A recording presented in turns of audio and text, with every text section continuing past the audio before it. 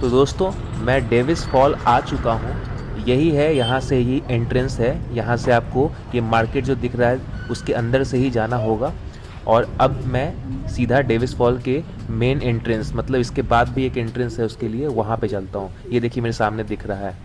तो वहाँ चल के पहले मैंने जहाँ तक पता किया है, यहाँ पर मुझे एक टिकट लेना होगा, उसके बाद ही एंट्री होगी। तो टिकट काउंटर भी साथ में ही बोला है।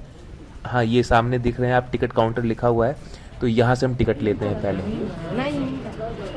टिकट काउंटर पे मेंशन भी है और बताया गया है कि यहाँ पे 40 रुपये देने होंगे अगर आप नेपाली हैं, 80 रुपये देने होंगे अगर आप इंडियन हैं, और 100 रुपये देने होंगे अगर आप किसी और कंट्री से आए हैं, फॉरेनर हैं। तो चलिए, पहले टिकट तो ले लिया मैंने, अब एंटर करते हैं और देखते हैं कि यहाँ पे और क्या क्या है। और ये भैया जी बैठे हुए हैं और ये टिकट पानी में गई। और अब हम आगे चलते हैं। तो ये है पाथ।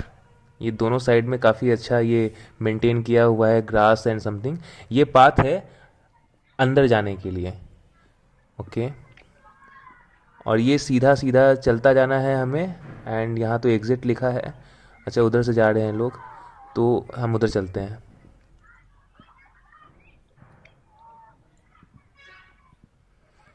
ये फॉल के लिए नीचे नीचे जाना पड़ेगा हमें। यहाँ पे ये शिव जी की शिवलिंग भी दिख रही है मुझे। पता नहीं यहाँ पे पूजा होती है क्या है ये। हाँ, ये कुछ फूल तो चढ़ा रखे हैं। तो ये शिवलिंग है और ये सामने नंदी है। अब हम चलते हैं इस तरफ।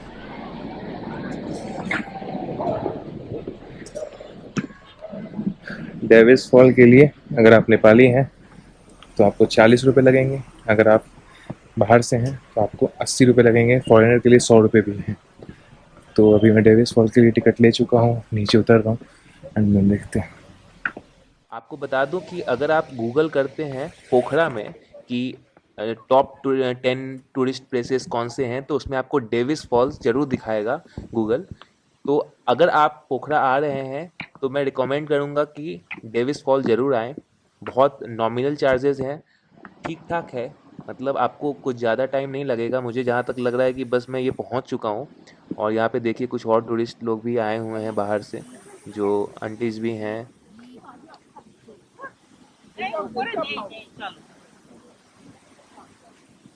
तो यहाँ पे आप आके एक्सप्लोर कर सकते हैं।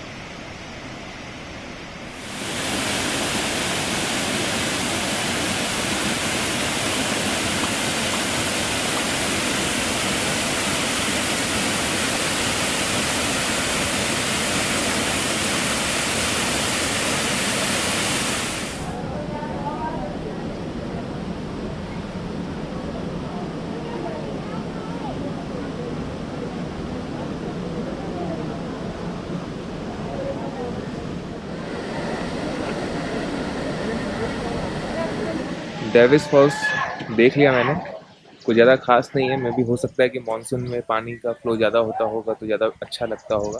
अभी फ्लो बहुत कम है। और ये मैं अभी उसके पीछे पार्क जैसा बना हुआ है, मैं उसमें बैठा हुआ हूँ। ये बैठने के लिए एक ये भी जगह बनी हुई है और ये पार्क है। ये यहाँ पे मनोकामना भगवती के नाम से एक पुल बनाया हुआ है, जिसमें कि लोग सिक्के फेंकते हैं और वहाँ पे अगर वो चिपक जाता है तो कहते हैं कि आपकी मनोकामना, जो भी आपने सोच के सिक्का फेंका है, वो पूरी हो जाएगी। तो सभी यही कर रहे हैं।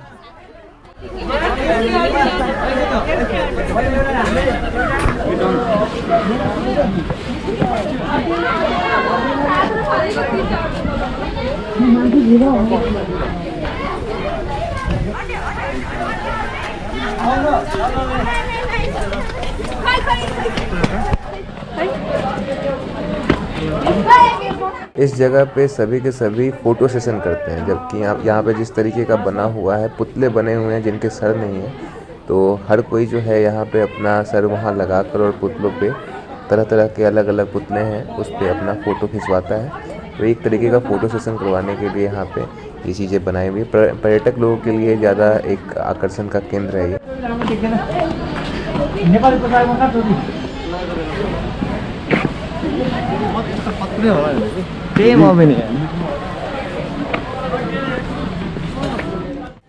यहाँ पे काफ़ी अच्छा पार्क बना रखा हुआ है पीछे, जैसा मैंने आपको दिखाया है, और सामने भी फूल लगी हुई है, हरियाली इन्होंने मेंटेन करने की कोशिश की है, जिसमें आप एंटर नहीं कर सकते हैं, सख्त मना है यहाँ पे जाने के लिए। और अभी हम चलते हैं इसके बाहर वाले रास्ते की तरफ और देखते हैं आगे और क्या मिलता है हमें। और ये एग्ज़िट गेट आ चुका है और मैं यहाँ से बाहर निकलता हूँ। बाहर मुझे, जैसा कि आप खुद भी देख पा रहे हैं, यहाँ पे मार्केट जैसा लगा हुआ है। यहाँ से आप नेपाली जो ड्रेसेस हैं या फिर यहाँ हैंडक्राफ्ट जो नेपाली में बने होते हैं, छोटे छोटे फिगरिन्स बने होते हैं, वो सारी चीज़ें आप यहाँ से ख़रीद सकते हैं। और अब हम यहाँ से चलेंगे गुफ़ा में, जो महादेव का गुफ़ा है ठीक इसके सामने है। तो पहले वहाँ चलते हैं और वहाँ का नज़ारा देखते हैं और समझते हैं क्या है कैसे है। तेश्वर महादेव गुफा पोखरा में छोड़े पाटन कास्की जिले में स्थित एक गुफा है। डेविस फॉल के ठीक सामने डेविस फॉल का पानी जिस गुफा से होकर गुजरता है उसे गुप्तेश्वर महादेव गुफा कहते हैं और ये पोखरा के प्रमुख आकर्षणों में से एक है। मंदिर में जाने के लिए टिकट लगता है और आपको एक आदमी के लिए 100 नेपाली रुपए चुकाने होंगे अगर आप पर्यटक हैं तो।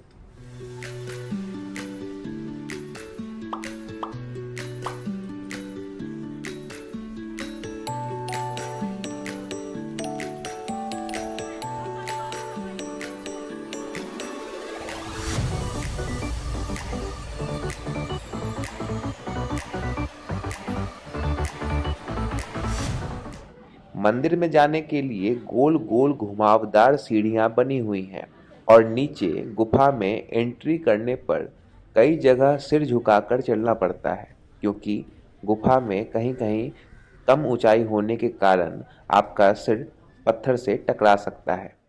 गुफा में अंदर जाने पर पहले कामधेनु गाय की प्रतिमा दिखती है। अंदर आगे जाने पर थोड़ी बड़ी जगह आती है जहां पर शिवलिंग स्थापित है और यहाँ पर फोटो खींचना सख्त मना है। वहाँ पर आपको कोई गार्ड बैठा होगा जो आपको मना करेगा, लेकिन असली मज़ा तो इससे भी आगे जाने पर है।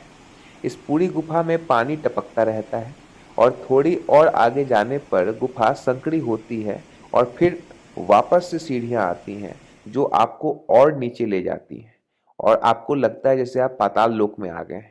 इन सीढ़ियों से नीचे उतरकर गुफा में गिरते झरने को देखा जा सकता है जो कि डेविस फॉल्स से होते हुए यहाँ आ रहा है।